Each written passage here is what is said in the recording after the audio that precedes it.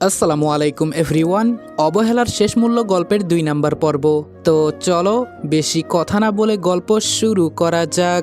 হঠাৎ দেখি দরজা খুলে আম্মু ভেতরে প্রবেশ করলো। আমি আম্মুকে দেখে মাথা নিচু করে দিলাম। আম্মুকে এখন কী বা বলবো, তাই মাথা নিচু করে রাখা ছাড়া কিছুই করার নেই। আম্মু এসে আমার পাশে বসে খুব সুন্দর করে বলল, এসব করার কি দরকার ছিল? রূপা কি তোর নিজের বোন ছিল না? কিভাবে তুই তোর আপন বোনের সাথে এসব করতে পারলি? একবারও কি তোর বিবেকে বাধা দেয় নাই? বল কেন এমন করলি? তোকে আমার পেটে ধরেছিলাম, ঠিক সেই পেটে তোর বোনকেও ধরেছি, তাহলে একই মায়ের পেটের বোনের সাথে কিভাবে এই কাজ করতে গেলি? আমার কথা হলো, যে মেয়ে হোক না কেন তুই কেন এসব করবি?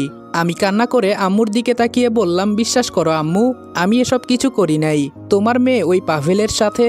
আম্মু আমার কথা না শুনেই তার পা থেকে জুতা খুলে আমার গালে মারতে মারতে বলল, তুই আমার ছেলে না, আমাকে আম্মু বলবি না।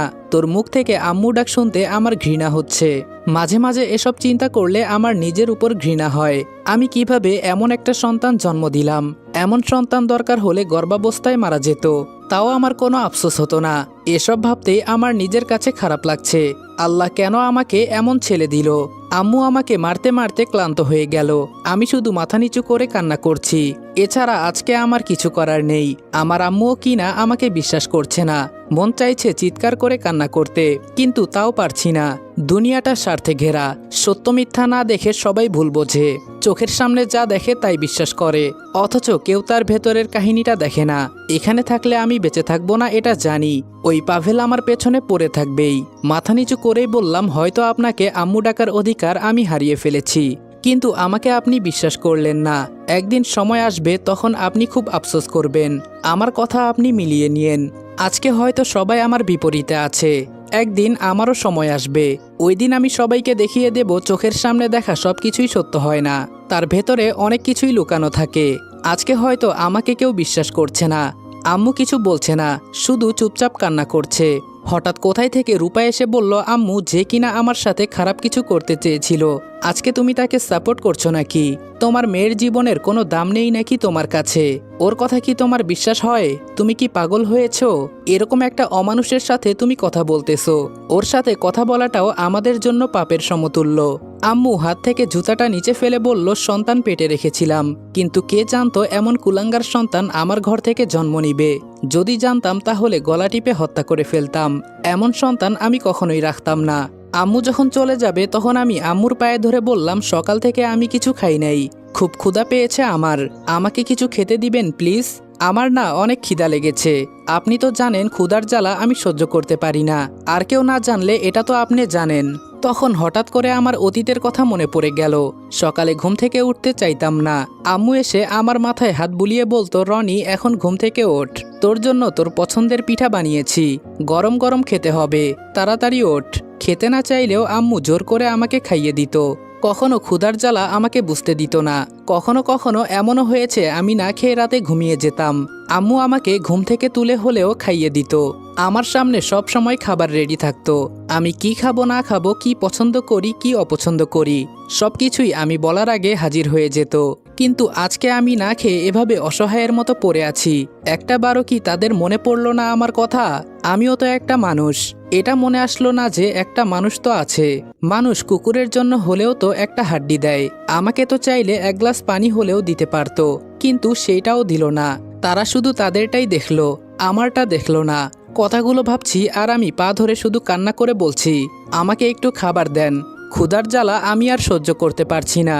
রূপা আম্মুর হাত ধরে বলল, দেখো কেমন কুকুরের মতো তোমার পায়ে পড়ে খাবার চাইছে। আসলেই ও তো কুকুরের থেকেও অধম, কিন্তু ওকে খাবার দেওয়া যাবে না, মরে গেলে যাবে। আম্মু আমাকে সাথে সাথে লাথি মেরে দূরে ফেলে দিয়ে বলল, তুই আমার পা ধরবি না, আর তোকে কেউ খাবার দিবে না। আজকে থেকে তুই না খেয়েই মরবি এখানে পড়ে, তাতে আমার কিছু যায় আসে না। এমন কুলাঙ্গার ছেলেকে আমি খাবার দিব, এটা কখনো হতে পারে না। আমি আম্মুর লাথি খেয়ে দূরে পড়ে গেলাম। শেষ মুহূর্তে আমার আম্মুও আমার সাথে এমনটা করলো। আসলে দুনিয়াটা বড়ই অদ্ভুত। এই জীবনে সবচাইতে ভালোবাসার মানুষটাই তো মা। সেও আমাকে এভাবে ভুল বুঝলো। আমার জন্য কি একটুও মায়া হয় না তার? আম্মু রুম থেকে বের হয়ে যেতে যেতে বলল, রূপা ওকে বল এই বাসা থেকে চলে যেতে, এখানে ওর কোনো জায়গা নেই। ওকে তো আমরা ত্যায্যপুত্র করে দিয়েছি, ওর সাথে আমাদের পরিবারের কোনো সম্পর্ক নেই। আর এরকম একটা অমানুষ আমাদের বাসায় থাকতে পারে না। না জানি কোন দিন আমার অন্য মেয়েদের উপর ঝাঁপিয়ে পড়ে। অমানুষদের উপর তো আর কোনো বিশ্বাস নেই, তারা সময় পেলে যে কারো ক্ষতি করতে পারে। তাই আমি চাই না আমার মেয়েদের ইজ্জতের উপর এই কুলাঙ্গারটা ঝাঁপিয়ে পড়ুক। রূপা উত্তর দিল, আম্মু, ওকে এই বাসার চাকর হিসেবে রাখা হয়েছে, আর আজকে থেকে ও এই বাসার সমস্ত কাজকর্ম করবে। ওকে উচিত শিক্ষা দিতে হবে না? রূপা মনে মনে ভাবছে, তোকে তিলে তিলে আমি শেষ করব। তুই কি ভেবেছিলি তোকে এমনি এমনি ছেড়ে দিব? তোকে তো কখনোই ছাড়বো না তোর উচিত শিক্ষা হওয়া পর্যন্ত। আমার অনেক খুশি লাগতেছে তোকে এভাবে কষ্ট দিতে পেরে। বারবার বলেছিলাম আমাদের সাথে লাগিস না, কিন্তু তাও তুই আমাদের সাথে লাগতে গিয়েছিস। এখন দেখ কেমন লাগে। এই কথা বলে রূপা রুমের দরজা বন্ধ করে চলে গেল। আমি রুমের এক কোনায় চুপচাপ নিচে শুয়ে আছি। উঠে যে দাঁড়াবো সেই শক্তিটুকুও আমার শরীরে নেই। তবে একটা জিনিস আমি খুব ভালো করেই বুঝতে পারছি, যত তাড়াতাড়ি সম্ভব আমাকে এই বাসা ছেড়ে পালাতে হবে, না হলে ওরা আমার পিছু ছাড়বে না। যে করেই হোক না কেন এখান থেকে আমাকে যেতেই হবে, তা না হলে আমি না খেয়ে এখানেই মরে যাব। আর আমি মরে গেলে আমার উপর যে অপবাদ দেওয়া হয়েছে এর সত্যিটা কিভাবে প্রকাশ হবে? আমি আল্লাহর কাছে এই সত্যটা প্রকাশ হওয়া পর্যন্ত হায়াত চাই। আমি যেন এর শেষ দেখে মরতে পারি। যারা আমার উপর মিথ্যা অপবাদ দিয়েছে তাদের আমি নিজ হাতে শাস্তি দিতে পারি। আল্লাহর কাছে শুধু এটাই চাওয়া। আমি জানি আমি কোনো ভুল করিনি। আর সত্যকে যারা মিথ্যা বানিয়েছে আল্লাহ তাদের হয়তো আজকে ছেড়ে দিয়েছে, কিন্তু একদিন ওদের ঠিকই ধরবে। ওই দিন আর বাঁচার রাস্তা থাকবে না। আর আমি সেই দিনের অপেক্ষায় আছি। যে করেই হোক এখন আমাকে এখান থেকে বের হতে হবে। এই কুত্তার বাচ্চা, উঠে কিছু খেয়ে নে, না হলে তো তুই আবার মারা যাবি। তুই যদি মরে যাস তাহলে তোকে কিভাবে শাস্তি দিব? তাহলে তো মজা এখানেই শেষ হয়ে যাবে। তোর এভাবে কষ্ট দেখে খুব ভালো লাগতেছে আমার। তোকে কুকুরের মতো খাওয়াবো আর গাধার মতো সব কাজ করাবো। সামনে তাকিয়ে দেখি পাভেল দাঁড়িয়ে আছে। তবে নিচে কিছু খাবার দেখে আমি খাবারের প্লেটটা হাতে নিয়ে খেতে লাগলাম। এতটাই ক্ষুধা লেগেছে যে এখন আমি সামনে যা পাই তাই খেতে পারবো, সেটা যেমনই হোক না কেন। ক্ষুধার জ্বালা বড় জ্বালা। ক্ষুধায় পড়লে মানুষ ডাস্টবিনের খাবারও খেতে পারে। এখন বুঝতে পারছি যারা অসহায় তাদের কেমন লাগে, যারা একবেলা খাবার পেলে আরেক বেলা পায় না তাদের কেমন লাগে। আমার সামনে এখন কি রকম খাবার দিয়েছে আমি সেটাও জানি না। খাবার থেকে গন্ধ আসছে, কিন্তু সেটাও আমার কাছে গন্ধ মনে হচ্ছে না। এতটাই ক্ষুধা লেগেছে আমার। এখন সামনে যেটা পেয়েছি সেটা খাওয়া শুরু করে দিয়েছি। তবে ভাতের মাঝে কোনো তরকারি নাই। লাল টুকটুকে কতগুলো মরিচের গুঁড়া দেওয়া আছে। মানুষ কিভাবে পারে এতটা নিচে নামতে? সারাদিনে এইমাত্র খাবার দিল, তাও আবার এমন। এক লোকমা ভাত মুখের ভেতরে যেতেই মনে হলো যেন আমার মুখসহ কলিজাটা পুড়ে যাচ্ছে। আমি আর সহ্য করতে না পেরে পানি পানি বলে চিৎকার করতে লাগলাম। পাভেল আমার সামনে একটা গ্লাস এগিয়ে দিল, আর সেই গ্লাসের পানি মুখে দিতেই বুঝলাম এখানেও মরিচের গুঁড়া মিশিয়ে দেওয়া হয়েছে। যখন আমি চিৎকার দিব তখন পাভেল আমার মুখ চেপে গ্লাসটা নিয়ে সমস্ত পানিটুকু আমার মুখের উপর ফেলে দিল, যার কারণে আমার চোখ মুখ সবকিছু যেন জ্বলে পুড়ে ছারখার হয়ে যাচ্ছে। আমি আর সহ্য করতে পারলাম না। পাভেল পাশ থেকে একটা কাপড় নিয়ে আমার মুখ বেঁধে দিয়ে বলল, একদম চিৎকার করবি না। তুই যদি বেশি বাড়াবাড়ি করিস তাহলে তোর ছোট বোনকেও ছাড়বো না। আর যদি চুপচাপ থাকিস এবং কাউকে কিছু না বলিস আমি তোর ছোট বোনকে কিছু করব না। এখন তোর ইচ্ছা, তুই চিৎকার করবি নাকি চুপচাপ থাকবি। আমি চোখ বন্ধ করে শুধু কান্না করছি আর মরিচের ঝাল সহ্য করছি। আমার মা বাবা আমার উপরে কখনো একটা ফুলের টোকা পর্যন্ত দেয় নাই, আর আজকে সবাই আমার সাথে এতটা বাজে ব্যবহার করছে। মুখের বাঁধন খুলে সামনে থাকা খাবার হাতে নিয়ে খেতে লাগলাম। আজকে আমাকে বেঁচে থাকার লড়াই করতে হচ্ছে। আমি যদি মারা যাই তাহলে এদের উচিত শিক্ষা দিতে পারবো না, এজন্য আমাকে বেঁচে থাকতে হবে। যতই খাবার খাচ্ছি ততই যেন চোখ থেকে আপনা আপনি পানি পড়ছে। চোখগুলো একদম লাল হয়ে গেছে। পাভেল চোখ বড় করে আমার দিকে তাকিয়ে আছে আর টিটকারি করে বলছে যে ছেলে কিনা মাছ মাংস ছাড়া ভাতই খেত না, আজকে তাকে কাঁচামরিচের গুঁড়া মিশিয়ে ভাত খেতে হচ্ছে। বিষয়টা খুব হাস্যকর, তাই না? আমি হাসবো না কান্না করব কিছুই বুঝতে পারছি না। হঠাৎ আমার ছোট বোন মিষ্টি রুমের ভেতরে ঢুকতে ঢুকতে বলল, পাভেল ভাইয়া এখানে কি করো? সাথে সাথে মিষ্টি আমার দিকে তাকিয়ে কান্না করতে করতে দৌড়ে রুম থেকে বের হয়ে গেল। আমার অবস্থা এতটাই খারাপ যে কেউ আমাকে দেখলে এখন পাগল বলবে। পাভেল হাসতে হাসতে বলল, যতই হোক এক মায়ের পেটের বোন, দরদ তো লাগবেই। আমি কান্না করতে করতেই বললাম, কেন তুই আমার পরিবারের সাথে এসব করছিস? তোরা দুই ভাই কি চাস আমাদের কাছে? পাভেল আমার পাশে বসে বলল, কি আর চাইবো? আমার বাবার এতটাও সম্পত্তি নাই যতটা তোর নামে আছে। এখন তো তোর বাবার কোনো ছেলে নাই, এজন্য সবকিছু আমরা দুই ভাই পাবো। তোকে তো ত্যায্যপুত্র করেই দিয়েছে। এর ফাঁকে শুধু তোর বোনের সাথে একটু এনজয় করে নিলাম। তবে এখানে আমাদের কোনো দোষ ছিল না। তোকে আমরা দুই ভাই মারবো এটা আমরা আগে থেকেই চিন্তা ভাবনা করে রেখেছি। কিন্তু কে জানে তোর বোন আমাদের দুই ভাইকে কাছে টানবে। আর সেই সুযোগেরই সদ্ব্যবহার করে দিলাম। এখন এক ঢিলে দুই পাখি শিকার করেছি। বিষয়টা খুব ভালো, তাই না? আমি কোনো মতে এক কোনায় গিয়ে হেলান দিয়ে পাভেলের দিকে তাকিয়ে বললাম, তুই এক কাজ কর, আমাকে মেরে ফেল, তাহলে তুই বেঁচে যাবি। না হলে আমি যদি বেঁচে যাই তোকে সহজে ছাড়বো না, তোর কলিজা বের করে তোকে দেখাবো নিজ হাতে। পাভেল হাসতে হাসতে বলল, তুই আবার আমার কি করবি? আর তাছাড়া তুই তো এই বাসা থেকে বের হতেই পারবি না। সেই সুযোগ তোকে দিলে তো তুই এখানে থেকে আমাদের দেওয়া যন্ত্রণায় একসময় আত্মহত্যা করবি। তোকে মেরে ফেলতাম, কিন্তু তোকে দেখে আমার এখন মায়া হচ্ছে। কি আর করব, চাচাতো ভাই তুই আমার। এখন আমি গেলাম, রাতের জন্য কিছু কেনাকাটা করতে হবে। আজকে রাতে তো তোর বোনের সাথে আমি, কি মজাটাই না হবে। পাভেল এই কথাগুলো বলে চলে গেল। আমি চুপচাপ বসে আছি। আমি এখন বুঝতে পারছি ওরা দুই ভাই যে কতটা জঘন্য হতে পারে। কখন যে আমার চোখটা লেগে গেল বুঝতে পারি নাই। ঘুম ভাঙলো কাজের মেয়ের ডাকে। আমার ঘুম ভাঙতে দেখে কাজের মেয়ে বলল, ভাইজান বড় সাহেব আপনাকে ডাকছে। আমি বললাম, তুমি যাও, আমি আসছি। কাজের মেয়েটা শুধু প্রশ্ন করলো, ভাইজান আপনার এই অবস্থা কিভাবে হয়েছে? আমি বললাম, আমাকে ভাইজান বলবে না, না হলে তোমার চাকরি থাকবে না। আর আমার কপালের জন্য আমার এই অবস্থা হয়েছে। কাজের মেয়েটা আর কোনো প্রশ্ন না করে চলে গেল। আমি দাঁড়িয়ে সামনের দিকে হাঁটতে লাগলাম। আমার এখন সবার কথা মানতে হবে, না হলে ওরা আমার উপর আরো বেশি অত্যাচার করবে।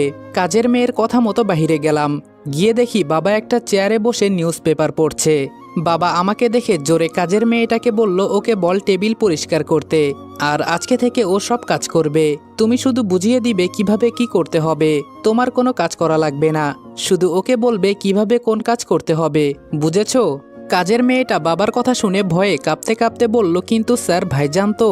বাবা জোরে ধমক দিয়ে বলল, তোমাকে যেটা বললাম সেটা করবে, এত বেশি বুঝো কেন?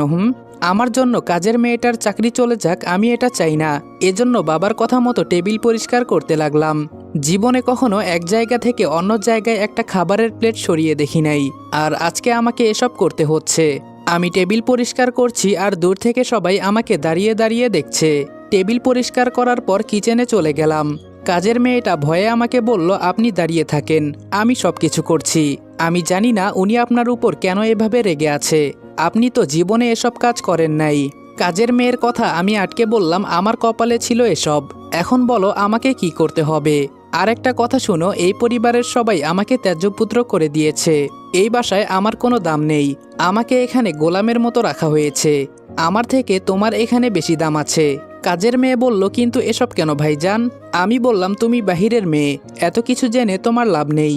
আমি আমার মতো রান্না করতে লাগলাম। কখনো রান্না করি নাই। হঠাৎ করে গরম পাতিল ধরতে গিয়ে হাত অনেকটাই পুড়ে গেল। কাজের মেয়েটা বলল, এতটা হাত পুড়ে ফেলেছেন? আমি আগেই বলেছিলাম আপনি এসব পারবেন না, আপনি রুমে যান, আমি সব কিছু সামলে নিব। আমি বললাম, কিন্তু?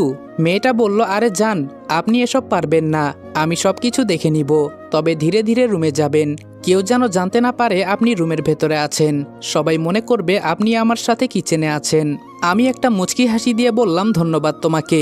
আমি চুপচাপ রুমে চলে গেলাম। আমি রুমে চলে যাওয়ার কিছুক্ষণ পর আমার ছোট বোন মিষ্টি হাতে করে একটা মলম নিয়ে আমার রুমের ভেতরে ঢুকলো। কোনো কথা না বলে আমার হাত ধরে হঠাৎ মলম লাগাতে লাগলো। হঠাৎ করে আমার মনে হলো, আমার রুমে তো আমি ক্যামেরা লাগিয়ে রেখেছিলাম। আমি আমার রুমের ভেতরে ক্যামেরা এজন্যই লাগিয়েছি, অনেক সময় আমাদের বাসার সবাই যখন কোনো জায়গায় বেড়াতে যায়, তখন আমি আমার সমস্ত বন্ধু বান্ধব এনে আমরা রাতে সবাই মিলে রুমে পার্টি করি। আর ড্রিঙ্কস করতে করতে কখন যে আমরা মাতাল হয়ে যাই নিজেরাও বলতে পারি না। এজন্য রুমে ক্যামেরা লাগিয়ে রেখেছিলাম, যেন দেখতে পারি রাতে আমরা কি কি করেছিলাম। আর সবাই এসব দেখে মজা নিতাম।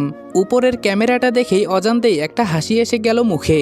মিষ্টি আমার হাতে মলম লাগিয়ে যেই উঠে চলে যাবে, তখন আমি বললাম, আজকে রাতে আমি তোদের ছেড়ে অনেক দূরে চলে যাব, জানি না আর কখনো আসবো কিনা। আমাকে তো সবাই পরিবার থেকে আলাদা করে দিয়েছে, এখন আমি তোদের কিছু না। শেষ একটা অনুরোধ আমার, বড় ভাই হয়ে বলছি, তুই আমাকে বিশ্বাস কর।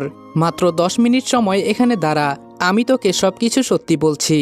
মিষ্টি আমার দিকে কান্না দৃষ্টিতে তাকিয়ে বলল, তুই আর কি বলবি? তুই কিভাবে? আমি ওকে আর কোনো কথা না বলতে দিয়ে হাত দিয়ে ক্যামেরার দিকে ইশারা করে বললাম, বিশ্বাস কর আমি কিছু করি নাই, যা করেছে আমার বড় বোন আর আমার আপন চাচাতো 2 ভাই। আমার ক্যামেরায় হয়তো এসব রেকর্ড করা আছে, তুই আমাকে একটু সাহায্য কর, তাহলে দেখতে পারবি। মিষ্টি আমার দিকে তাকিয়ে কিছু বলল না। আমার কথা মতো ও কম্পিউটার ওপেন করে ভিডিওটা খুঁজতে লাগলো আর অবশেষে মিষ্টি সেই ভিডিওটা পেয়ে গেল। ভিডিও দেখে আমার শরীরের লোম দাঁড়িয়ে গেছে, রাগে আমার চোখ মুখ লাল হয়ে গেছে। মিষ্টিকে সরিয়ে কম্পিউটার নিয়ে ভিডিওটা আমার ফোনে রেখে ওইটা ডিলিট করে দিলাম। মিষ্টির দিকে তাকিয়ে বললাম, এখন তো তুই আমাকে। মিষ্টি আমাকে আর কিছু বলতে না দিয়ে দরজা বন্ধ করে এসে আমার পায়ে পড়ে কান্না করতে করতে বলল, ভাই তুই আমাকে মাফ করে দে, আমি তোকে বিশ্বাস করি নাই, তোকে সবাই মিলে কত অপমান করেছে, তুই আমাকে প্লিজ মাফ করে দে। মিষ্টিকে নিচ থেকে তুলে বললাম, তুই আমার আদরের একমাত্র বোন, তোর মাফ চাইতে হবে না। আর আমাকে যে পরিস্থিতিতে ওরা ফেলেছে সেখানে সবাই ওদের কথা বিশ্বাস করবে। মিষ্টি বলল, তুই এখন এই ভিডিওটা আমাকে দে, আমি এটা দেখিয়ে প্রমাণ করে দিব আমার ভাই কিছু করে নাই। আর রূপা আপু কিভাবে এটা করলো, ছি, আমার ভাবতেও ঘৃণা হচ্ছে। ফোনটা হাতে নিয়ে মিষ্টির সামনে ভিডিওটা ডিলিট করে দিয়ে বললাম, যেখানে বাবা মা আমাকে বিশ্বাস করে নাই সেখানে এই ভিডিও দেখিয়ে লাভ কি? মিষ্টি বলল, এটা কি করলি ভাই, এই ভিডিওটা দিয়েই তো। আমি বললাম, এটা দেখালে কি হবে, ওরা আমাকে ত্যায্যপুত্র করে দিয়েছে, আর তুইও আমাকে ভাই বলিস না। মিষ্টি বলল, ভাই এভাবে বলিস না, তুই আমার একমাত্র ভাই, তুই ছাড়া আমার কে আছে বল। আমি মিষ্টির কপালে চুমু দিয়ে ওকে জড়িয়ে ধরে বললাম, রূপা কিভাবে আমার উপর এমন অপবাদ দিতে পারলো বল, ও তো আমার বড় বোন তাই না? মিষ্টি বলল, রূপা আপু যে এতটা নষ্ট হয়ে যাবে এটা আমরা আগে জানতাম না। আমি বললাম, মিষ্টি আমি আজকে রাতে চলে যাব, তবে তুই কাউকে এসব বলবি না, আমাকে প্রমিস কর। মিষ্টি বলল, না ভাই তুই কোথাও যাবি না, তুই একটু দাঁড়া আমি আসছি। এই বলে মিষ্টি দৌড়ে কোথায় যেন চলে গেল। আবার কিছুক্ষণ পর একটা প্লেটে কি যেন নিয়ে আসলো। মিষ্টি আমার সামনে খাবার রেখে বলল, আগে তোকে মরিচ দিয়ে খেতে দেখে আমার কলিজাটা ফেটে যাচ্ছিল, কিছু করতে পারি নাই তখন, নে এখন আমি তোকে নিজ হাতে খাওয়াবো। আমি বললাম, মিষ্টি এখন চলে যা, কেউ দেখলে সমস্যা হবে। মিষ্টি বলল, কি সমস্যা হবে, আমি তো আমার নিজের ভাইয়ের কাছে আছি, এতে কি হবে, আর যদি কিছু হয় আমি দেখে নিব। তোর বোন এখন বড় হয়েছে, সে এখন বুঝতে শিখেছে। আমি মিষ্টির হাতে খাবার খেতে লাগলাম। মিষ্টি বলল, ভাইয়া তুই কি সত্যি চলে যাবি? আমি বললাম, আমি এখানে থাকলে ওরা আমাকে মেরে ফেলবে, আমাকে বাঁচতে হবে, তুই আমাকে বল এসব কথা কাউকে বলবি না। মিষ্টি বলল, কিন্তু ভাইয়া। আমি বললাম, আমি যেটা বললাম সেটা বল। মিষ্টি বলল, হ্যাঁ বলবো না ভাইয়া, কিন্তু সবাই যে তোকে ভুল ভাবছে। আমি বললাম, সমস্যা নেই, ওদেরকে ভাবতে দে, আর যত দ্রুত সম্ভব তুই দেশের বাইরে চলে যা, না হলে ওরা তোর সাথেও খারাপ কিছু করবে। মিষ্টি রেগে বলল, আমি ওদের দেখে নিব। আমি বললাম, দেখ বোন, মাথা গরম করিস না, ওরা ছেলে মানুষ, তুই ওদের সাথে কিছু করতে পারবি না, আমি যেটা বললাম সেটা কর, ওখানে গিয়ে মনোযোগ দিয়ে পড়াশোনা কর। মিষ্টি বলল, আর তুই? আমি বললাম, আমি কোনো একদিন এখানে ফিরে আসব। মিষ্টি আমার মাথায় হাত রেখে বলল, আমাকে ছুঁয়ে কসম কেটে বল। আমি বললাম, হ্যাঁ বোন আমি ফিরে আসব, তুই কোনো চিন্তা করিস না। ফোনটা বের করে সাজিদকে কল দিলাম। সাজিদ কল ধরে বলল, আমি তোর বাসায় আসতেছি। আমি বললাম, তোর আশা লাগবে না, আমি আজকে রাতে বাসা থেকে পালিয়ে চলে আসব, তুই একটা কাজ কর। সাজিদ বলল, হ্যাঁ বল। আমি বললাম, আমার বড় বোন রূপাকে কিডন্যাপ করবি, আর ওকে এমনভাবে মারবি যেন এক সপ্তাহ বিছানা থেকে উঠতে না পারে, একটা হাত ভেঙে দিবি। সাজিদ বলল, কিন্তু রনি এসব কেন, ওকে অন্যভাবেও তো শাস্তি দেওয়া যায়। আমি বললাম, দেখ আমি তোকে পরে সব কিছু বুঝিয়ে বলবো, আমি যেটা বললাম তুই সেটা করতে পারবি না? সাজিদ বলল, রনি আমি পারবো, তুই কোনো চিন্তা করিস না, আর ওরা তোর সাথে তো কিছু করে নাই। আমি বললাম, অনেক কিছু করেছে, এজন্যই তো আমি পালিয়ে আসব। যারা আমাকে ত্যায্যপুত্র করে দিয়েছে তারা আমার সাথে কি কি করতে পারে একবার ভাব তুই। সাজিদ বলল, ওদের তো আমি দেখে নিব। আমি বললাম, তোর কিছুই করতে হবে না, আমি সব কিছু দেখে নিব, তোকে যেটা বললাম পারবি তো? সাজিদ বলল, আমাকে তো রূপা আপু চিনে ফেলবে। আমি বললাম, তোর মুখ ঢেকে রাখবি, তাহলেই হবে। সাজিদ বলল, এটা করা কি বেশি জরুরি? আমি বললাম, এছাড়া অন্য কোনো উপায় নেই, আর তুই আমার শেষ ভরসা, তোর উপর ভরসা করে আমি পালিয়ে যাচ্ছি, তুই একটা ব্যবস্থা করে দিতে পারবি তো আমাকে? সাজিদ বলল, তুই আমার ছোটবেলার বন্ধু, তুই আগে তো আয়, তারপরে দেখ আমি কিছু করতে পারি কিনা। আমি বললাম, তোকে অনেক ধন্যবাদ। সাজিদ বলল, তুই যদি বলিস তাহলে তোর বোনকে? আমি বললাম, সাজিদ ও আমার আপন বোন, যদিও অপরাধ করেছে, কিন্তু আমি ওকে মারতে পারবো না। সাজিদ বলল, পাভেল আর ওর ভাইকে কি করবি? আমি বললাম, ওদের আমি নিজ হাতে শাস্তি দিব, তুই কোনো চিন্তা করিস না। সাজিদ বলল, আচ্ছা ঠিক আছে, তোর যেটা ইচ্ছা। সাজিদের সাথে কথা শেষ করে ফোনটা রেখে দিলাম। ফোন রাখার পর